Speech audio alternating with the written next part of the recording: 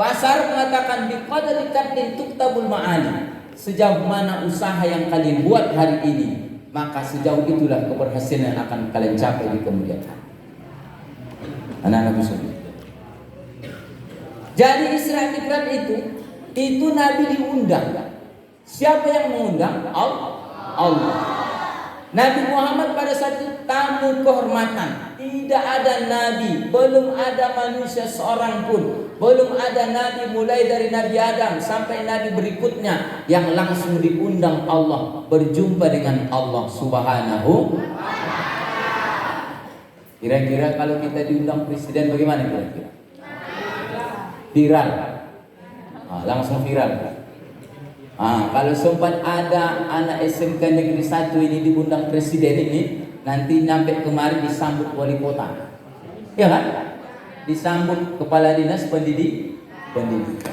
Kenapa? Karena dia dapat undangan istimewa. Namanya akan masuk TV One, akan masuk Metro TV. Bisa saja karena penemuannya di SMK itu. Melalui pertanian, bisa saja viral. Itu yang mengundang baru presiden. Ini yang mengundang Nabi Allah Subhanahu. Kira-kira kalau ada orang diundang presiden, pasti ada kelebihan yang dia miliki.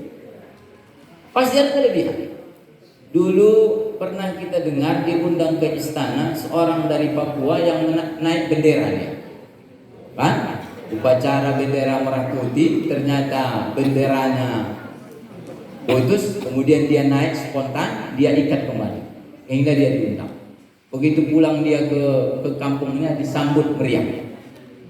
Itu yang mengundang baru presiden. Ini yang mengundang Allah Subhanahu wa ta'ala. Diundang Allah Nabi Muhammad.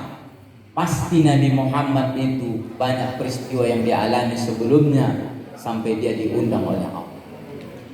Kenapa dia diundang Allah? Nabi Muhammad mendapatkan perlakuan yang istimewa dari Allah pada saat itu adalah itu buah dari hasil kesabaran dan ketawadukan Nabi Rasulullah Sallallahu Alaihi Wasallam. Anak-anak semua yang dirahmati oleh Allah Subhanahu Wa Taala. Siapa yang tahu berapa tahun umur Nabi diangkat menjadi Nabi dan Rasul? Abang tahu? Nabi dia diangkat umurnya jadi Nabi dan Rasul berapa tahun umurnya? 40. Mantap, 40 tahun. Di saat Nabi berumur 40 tahun, maka Nabi diangkat menjadi Nabi dan Rasul. Setelah Nabi diangkat menjadi Nabi dan Rasul, maka Nabi Muhammad mendapatkan tugas dari Allah. Apa tugas yang Allah bebankan kepada Nabi Muhammad? Ya Muhammad, sampaikan ajaran Islam ini kepada seluruh umat manusia. Ini dia tugas Nabi. Bagaimana caranya supaya manusia masyarakat Arab Quraisy yang kafir pada saat itu bisa memeluk agama Islam. Ini yang ditugaskan Allah.